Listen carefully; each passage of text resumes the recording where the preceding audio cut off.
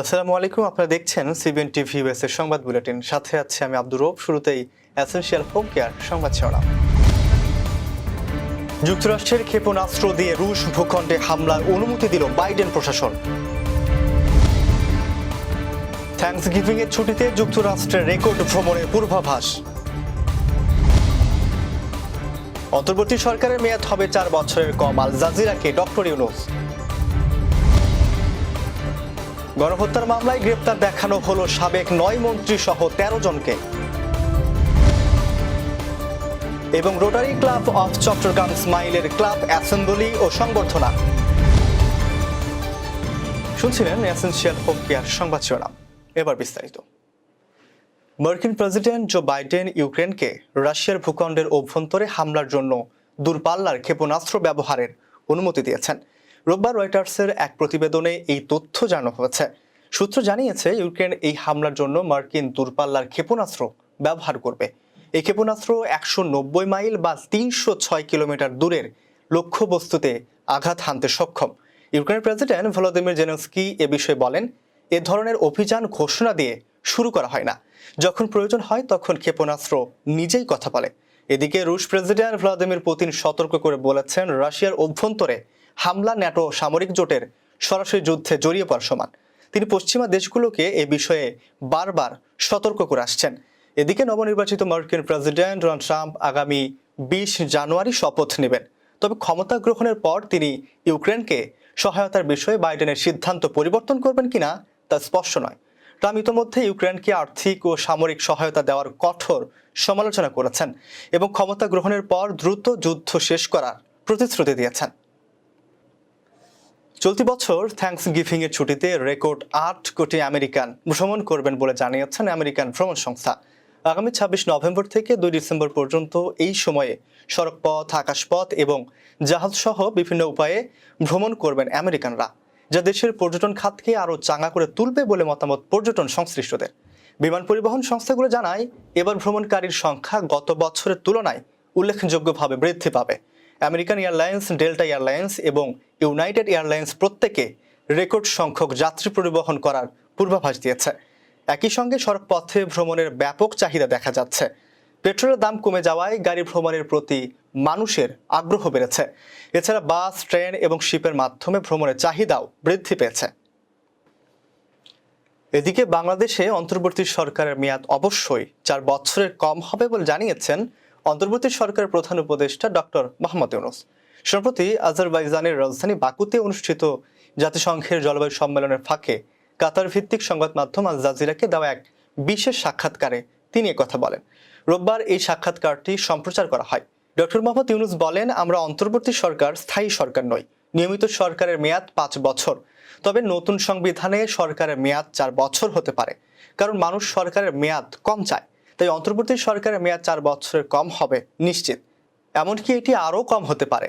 সেটি মূলত নির্ভর করছে জনগণ ও রাজনৈতিক দলগুলোর ইচ্ছার উপর। চলমান সংস্কার ও নির্বাচনের পরিকল্পনা নিয়ে প্রধান উপদেষ্টা জানান, আমাদের লক্ষ্য হচ্ছে যত দ্রুত সম্ভব অন্তর্বর্তী সরকারের কাজ শেষ করা। আমরা 4 বছরের জন্য এখানে আসিনি। যদি রাজনৈতিক দলগুলো চায়, আমরা সংস্কার প্রক্রিয়া বাদ দিয়ে দ্রুত নির্বাচন দিতে প্রস্তুত। তবে সংস্কারের কাজও সমান তালে চলছে। পুরো সরকার ব্যবস্থার সংস্কার হচ্ছে, এমনকি সংবিধান ও পরিবর্তনের পথে। এতে জনগণ ও রাজনৈতিক দলগুলোর মতামতের ভিত্তিতে কাজ করা হচ্ছে।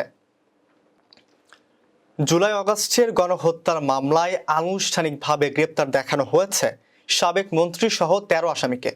এসব আসামি হলেন ক্ষমতাচ্যুত আওয়ামী লীগ সরকারের সাবেক 9 মন্ত্রী, 2 উপদেষ্টা, অবসরপ্রাপ্ত এক বিচারপতি ও সাবেক এক সচিব। সোমবার সকালে আন্তর্জাতিক অপরাধ ট্রাইব্যুনালে তাদের হাজির করা হয়।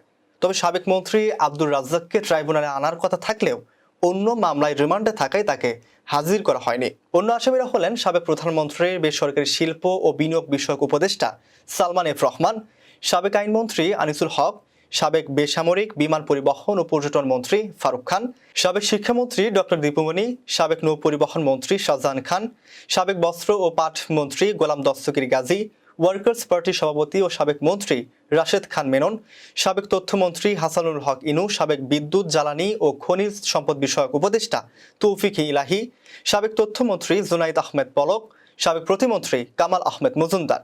এছাড়া আপিল বিভাগের অবসরপ্রাপ্ত বিচারপতি শামসুদ্দিন চৌধুরী মানিক ও সাবেক স্বরাষ্ট্র সচিব জাহাঙ্গীর আলম ট্রাইব্যুনালে চিফ প্রসিকিউটর মোহাম্মদ তাজুল ইসলাম বলেন, বিগত সরকারে যারা গুরুত্বপূর্ণ পদে ছিলেন তাদের মধ্যকার ১৩ জনকে আজ অপরাধ ট্রাইব্যুনালে হাজির করা হয়েছে। আগামী দিনে যারা ফ্যাসিস্ট হতে চান তাদের জন্য আজকের এই দিনটি একটি শিক্ষার দিন। রোটারি ক্লাব অব চট্টগ্রাম স্মাইলের ক্লাব অ্যাসেম্বলি ৫২তম নিয়মিত পাক্ষিক সভা এবং সংবর্ধনা অনুষ্ঠান অনুষ্ঠিত হয়েছে। রোববার সন্ধ্যায় চট্টগ্রাম নগরীর খুলশী এলাকায় উন্নয়ন সংস্থা অবকা কার্যালয়ে এই অনুষ্ঠানের আয়োজন করা হয়। এতে প্রধান অতিথি হিসেবে উপস্থিত ছিলেন দৈনিক আমার দেশ পত্রিকার রিজিওনাল চিফ, বাংলাদেশ সম্মিলিত পেশাজীবী পরিষদ চট্টগ্রামের আহ্বায়ক এবং চট্টগ্রাম উন্নয়ন কর্তৃপক্ষ সিডিএ এর বোর্ড মেম্বার জাহিদুল করিম কোচি, ক্লাবের পাস্ট প্রেসিডেন্ট মোহাম্মদ আলাউদ্দিন, রাঙ্গুনিয়ায় শাহ আলম চৌধুরী ডিগ্রি কলেজের ভারপ্রাপ্ত অধ্যক্ষ হিসেবে নিযুক্ত হওয়ায় ক্লাবের পক্ষ থেকে সংবর্ধনা প্রদান করা হয়। এছাড়া ক্লাব সদস্যদের মধ্যে ফেলোশিপ বৃদ্ধি এবং ক্লাবের কর্মসূচি এগিয়ে নিতে অবদান রাখায় club president Shahadat Hossain Chowdhury, president elect Rowshan Akter এবং ক্লাবের নতুন সদস্য শাহাবুদ্দিনকে সংবর্ধনা দেওয়া হয়। প্রধান অতিথি জাহিদুল করিম কোচি সংবর্ধিত 4 ক্লাব নেতৃবৃন্দের হাতে সম্মাননা ক্রেস্ট ও মাদ্রাসা শিক্ষার্থীদের হাতে শিক্ষা সামগ্রী তুলে দেন। এবার কর্ণফুলী ইনকাম ট্যাক্স সংবাদ শিরোনাম। মৌলভীবাজার অ্যাসোসিয়েশন অব মিশিগান যুক্তরাষ্ট্রের যাত্রা শুরু এবং নিউ ইয়র্কে বৈষম্য বিরোধী প্রবাসী নাগরিক আন্দোলন ইউএস এর গেট টুগেদার। আবার স্বাগতম সিবিএন টিভি ইউএস এর সংবাদ বুলেটিনে। শুনছিলেন কর্ণফুলী ইনকাম ট্যাক্স সংবাদ শিরোনাম, এবার বিস্তারিত। সেবাধর্মী কর্মকাণ্ড ও অসহায় মানুষের পাশে দাঁড়ানোর অঙ্গীকার নিয়ে যাত্রা শুরু করেছে মৌলভীবাজার অ্যাসোসিয়েশন অফ মিশিগান যুক্তরাষ্ট্র নামের সংগঠন। এ উপলক্ষে গেল 10 নভেম্বর যুক্তরাষ্ট্রের মিশিগান অঙ্গরাজ্যের ওয়ারেন সিটির একটি রেস্টুরেন্টে মতবিনিময় সভা করেছেন মৌলভীবাজারবাসী। আব্দুল মোসাব্বিরের সভাপতিত্বে সভায় উপস্থিত সবার মতামত নিয়ে মৌলভীবাজার অ্যাসোসিয়েশন অফ মিশিগান যুক্তরাষ্ট্রের কমিটি গঠন করা হয়।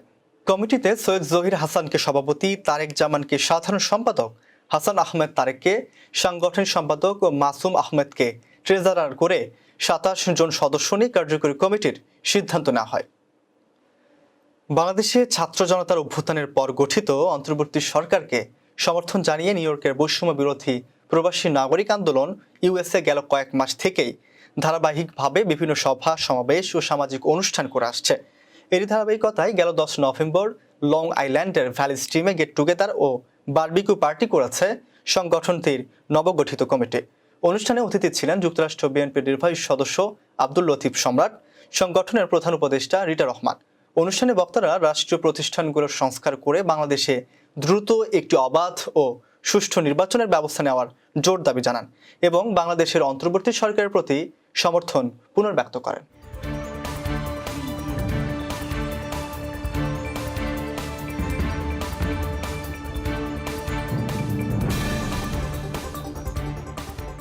প্রতিদিনের উল্লেখযোগ্য ঘটনা কালক্রমে রূপ নেয় ইতিহাসে। চলুন এক নজরে দেখে নেওয়া যাক আজকের দিনে ঘটে যাওয়া উল্লেখযোগ্য কিছু ঘটনা।